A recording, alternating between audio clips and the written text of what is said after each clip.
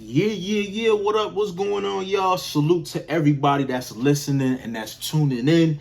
It's your boy Acito, Dedication TV. Make sure you guys subscribe. Make sure you guys download, whether you're on YouTube, Spotify, Apple Music, or what's the podcast joint that they got on the iPhone. Whatever you use to listen to podcasts, stream, check your boy out. All right, please do. But let's get into it, man. So I wanted to do another prediction blog per se, because I did one way early, like when the trailer first dropped for I Do What I Want card. Shout out to Remy Ma. Fresh off the Faceoffs. You know what I'm saying? I got a little bit of mixed reviews about the Faceoffs. Even though it's only 4 battles, it wasn't really too much heavy promotion going into this card. It kind of made sense once, Remy got into detail throughout, the face-offs of why the dates continuously changed and why the event was moved from, I believe it was supposed to be in August and it was supposed to be in Houston. So she kind of touched on it, in different face-offs of why certain things happened and why, things panned out the way they did. It's no secret that, she's in a situation with the URL. I don't know if it's legally, but there has been some situations where, certain battlers have been, hit up like, yo, you're not doing no business over there. Eazy the Block Captain being one, not per se they actually reached out, but there has been alleged other battlers that have been advised to not participate on the Chrome 23 card, and those who have been sat down, Ad being one of them. Even official too, we haven't seen official in a while, but none of that's, let's get into it, man. Let's get into the face-off. So the first face-off was C3 versus First Lady Flames. I'm not gonna hold you. This face-off was it was like okay, it's real friendly, a lot of respect for one another. It seems like they have a pretty good relationship. They showed love to one another, but they said, when we get in this battle, it's going to be like we're not even friends. I find it hard to believe because they were really smiling. It wasn't really any aggression. I didn't see any motivation to want to kill, one another. But I will say this. I do like the comment First Lady Flame said. And I think if I hear this a lot more often from battlers who battle their friends or people that they're cool with. She said, I'm going into this event or this battle per se to make it like rewatchable. Like I want this to be not a sense of a classic, but she wants it to be like one of those battles where, you got to rewatch it again and again and again and again, So I like that. I like that mind frame. Yeah, this is my girl, this is my friend. I rocks with her heavy. But I'm coming in here to make this, a moment. And I like that. I like that perspective. And because of that, I'm giving First Lady Flames 2-1. I like her energy. She's not really a talker. She's not the type to go into battles to talk crazy. She's never had that type of persona about herself. C3, she's not a slouch either. She's fire. She just won the tournament. She's an incredible writer. She can freestyle. She can rebuttal. She has a lot of intangibles that First Lady Flames may not have. But First Lady Flames does have a real intricate pen. She's very sharp with it. So I do feel like this battle will be dope. I believe it's going to be it might be the second battle on the card. So still being fairly early in the card, I think this will do pretty well. I think it will do pretty well. But I got First Lady Flames 2-1. Let's go to Rosenberg Raw versus Shayna Ashley. Now, this battle here, I can't remember who I had in my predictions, but I mean, another face-off was cool. Shayna did have a lot of animosity as far as to prove a point, even with the Tori Doe battle not going the way it was supposed to go. Remy definitely has some smoke for Rosenberg. It was funny. She said I had a list of battlers, males that I wanted to battle that were like all heavy set. And Remy said I had a list, and Rosenberg was on my list. Like, it was just funny. It was just funny as hell the way they was talking about that. But Remy low key was throwing some little shots at Rosenberg, man. Like, I don't know. She clearly picking a side. This is like the only intergender battle on the card. So I think, clearly, she's rocking with Shayna. But Shayna's fire. Like, her pen is super fire. I love her delivery. Rarely do I see her, choke or come with bad performances. I never really seen that from her. Rosenberg Raw is another guy. I love his delivery. I love how intricate he is at breaking his opponents down and being very direct. And just his wordplay. I think that's one of his highest attributes is his wordplay. It can be some of the most simplest, easiest things you could think of. But it's the way it's being crafted and said to his opponent, I feel like gives him the edge in certain battles. But I do feel like this is probably going to be one of the best back and forths of the night on the card, my personal opinion. I know a lot of people are concerned because, Rosenberg just battled Mike P on the Trenches card. He was out at Max Out 3, doing commentary with Vodafly Showtime as P. He has a podcast by itself. Then he also has a podcast with Eazy the Block Captain. So Rosenberg is working. And I love it because it's increasing his value. You're seeing him from a lot of different perspectives from his podcast with Eazy. He's stepping into the commentary bag. So he's using, his vocal projection as far as him being well-rounded at articulating himself, and very sharp when it comes to battle rap as well. He's very sharp, very, very sharp. He looked pretty hungry, though. I ain't gonna hold you. He was like, yo, I'm a very fast writer. Shayna was like, yo, you wrote for me like the last 2 weeks before the battle. And he's like, yo, why are you so worried about me? And I don't know. I kind of like that. I like that. I like the persona that Rosenberg had in his joint. Like, what I'm saying? I'm unbothered. Like, I'm ready. All my rounds is ready. You in for a treat. You know what I'm saying? I do got this being a debatable. I want to say I was leaning towards Shayna Ashley. But it's in Philly, though. It's in Philly. Even though Rosenberg is not from Philly, I believe he's from Norristown, but that's the backyard.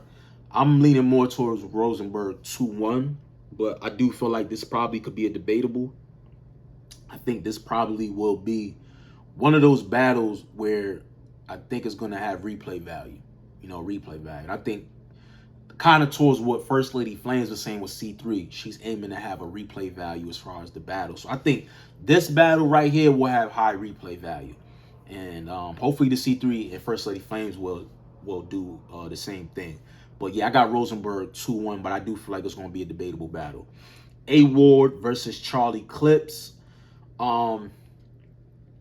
Clips has been quiet, he has a persona of being a jokester, real goofy at times, but he has times where he'll snap and he'll jump into that bag where, he's talking that shit. He's freestyling, he's rebuttaling. His battle against Rosenberg Raw was crazy. Like, that second round where he had ARP, pull out his phone. He only did like one freestyle. I had him winning that battle slightly 2-1, even though I love Rosenberg's first round. But that battle was crazy. And he had another performance too as well. I can't remember who it was. I want to say maybe it was on URL. But he been quiet though. He hasn't really been battling like that. He has not been battling. A Ward has been super, super consistent, bro. Like, from the top of the year, from the Vixen, the Big K, the Frack battle, the Verb battle, taking battles on small leagues. Like, he's just been, he on his Danny Myers shit. You feel me? He on his Danny Myers shit. I will say this. I was super, super impressed with A Ward's lyrical ability, how focused he was, the rebuttals, how sharp he was, wasn't stumbling, he wasn't choking, his confidence level was through the roof. I really loved what I saw against Verb. And I got A Ward winning this 2-1, even though they already did battle with a one-rounder, but you don't know what type of clips you're going to get, and from this face-off, Clips was real jokey. He was real smiling a lot. A Ward, it wasn't smiling too much, but, he kind of was on the same level per se. So they didn't really have a intense face-off. So I'm just like, all right, this battle could go either way, but I don't know. I don't know. I don't know. I'm a little conflicted with it. I'm gonna lean more towards A Ward just because he's been a lot more relevant.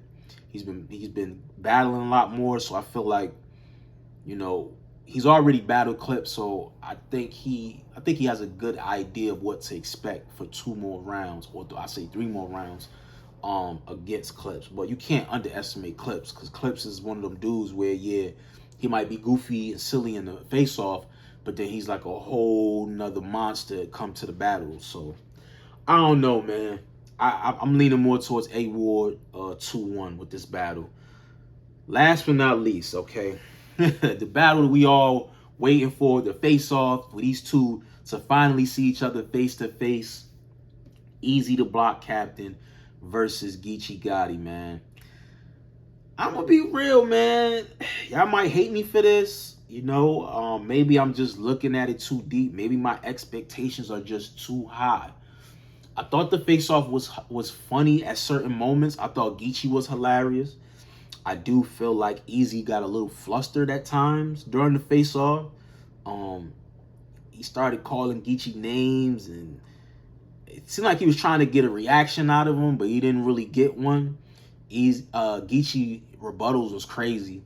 You know, he definitely was quick on the response with a lot of shit that Eazy was saying. I don't know, just Eazy's body language, not body language, but just his emotions to the shit that he was hearing from Geechi. It's like, even when he said you got knocked out, that nigga jumped out his seat. Like, and you just see Remy just like looking back and forth, back and forth, back and forth. I'm just like, oh my God. But it never got to the point where, you know how Hitman and Eazy was, they got up out of their chair face to face and they was like, what's up? What's up? You know what I mean? Like, it never got to that level, even of arguing. I feel like Eazy was trying to get Geechi to react that way, but Geechi just was like, you know, he was more so clowning him. He had Eazy take his hat, pull his hat back. Dog, the man said Eazy had like a thumb, bro. Nigga was like, it was like this. Yo, and then Eazy rebuttal was like Geechi's teeth. You know, he like, you been champion of the year 3 times, and you got all this money, and you ain't fixed your grill, and Geechi getting on Eazy for having braces at 40-something years old and shit. And I'm just like, bro, this shit is it was comedy, bro. It was comedy, but for this magnitude of battle, I'm like, they supposed to be trying to kill one another. This shit should be spit flying from one another's mouth, screaming, mental veins popping out. Like, that's what I thought I was gonna get. I didn't get that. I ain't gonna hold you. I didn't get that. I got a lot of emotion from Eazy, but I didn't really get nothing from Geechi. But Geechi's level of confidence definitely spoke volumes. Now, the NDA shit got brought up. Now, I remember Geechi said, I ain't signed no NDA. I'm going to go in there, I'm going to say what the hell I want. I don't care what nobody say. Remy, nobody. But then Remy says you signed the NDA. And Geechi said, yeah, I did sign the NDA. You did give me an NDA. And I didn't read it neither. So I'm just like, oh my God, here we go. The whole NDA shit again. And then throughout the face-off, Geechi's, you know, touching on how the fans are like really being critical of him, saying, you know, he's not the same Geechi. He's not motivated. You know, he's going in these battles, not giving it his all. And they saying we want the old Geechi back. And it's just like, yo, I mean, what more do y'all want? You know what I'm saying? Like, I don't know. But for me, I don't know. This battle, I don't know. I'm hoping it lives up to the hype. That's all. I'm hoping it lives up to the hype. I'm still got Geechi 2-1, but I'm not gonna hold you, bro. If that crowd is like a lot of Philly in there, it could get real tough, bro. I know Geechi got a lot of love in Philly, but man, it was just so much said. Make sure you gotta check out the face-off, man, because like I said, let me know in the comment sections. Let me know if I'm tripping or if I'm bugging or not. But I just expected a lot more, just to me a lot more. But I'm still gonna support the event. You know, make sure you guys go to Rap Grid, cop the pay-per-view, go to Chrome 23's Instagram, Hit the link in the bio to get the tickets. If you're going to be in the area, support the event, man. We got to support. You know, I just hope that this battle lives up to the hype, man, because like I said in a couple other blogs, I felt like the marketing should have been better, but they touched on they were dealing with a lot of things behind the scenes due to venue changes and certain information being leaked out, and Remy not wanting it to go back to other competitors where they could potentially block battles or block a certain venue to, you know, affect the card, which I totally understand and kind of makes sense. So you can't really, you know, you can have your doubts and worries, but it's like there's always another side to the story. But that's my, you know, that's my recap. That's my prediction of the card for tomorrow. Is going down. Make sure you guys get your tickets, get the pay-per-view like I said, but let me know in the comment section how y'all feel, man. What are y'all predictions for this card, and do you think the Faceoff sold you enough to be anticipated for this event going down tomorrow? Talk to me. Let me know. Follow me on all social media platforms at Ace is Working on Instagram, Twitter, Facebook, TikTok, all that good stuff, y'all. Subscribe to the channel. Hit the like, download on all your podcast streaming services, all right? It's your boy, Acito. I'm out of here. I appreciate all the love, y'all. Peace.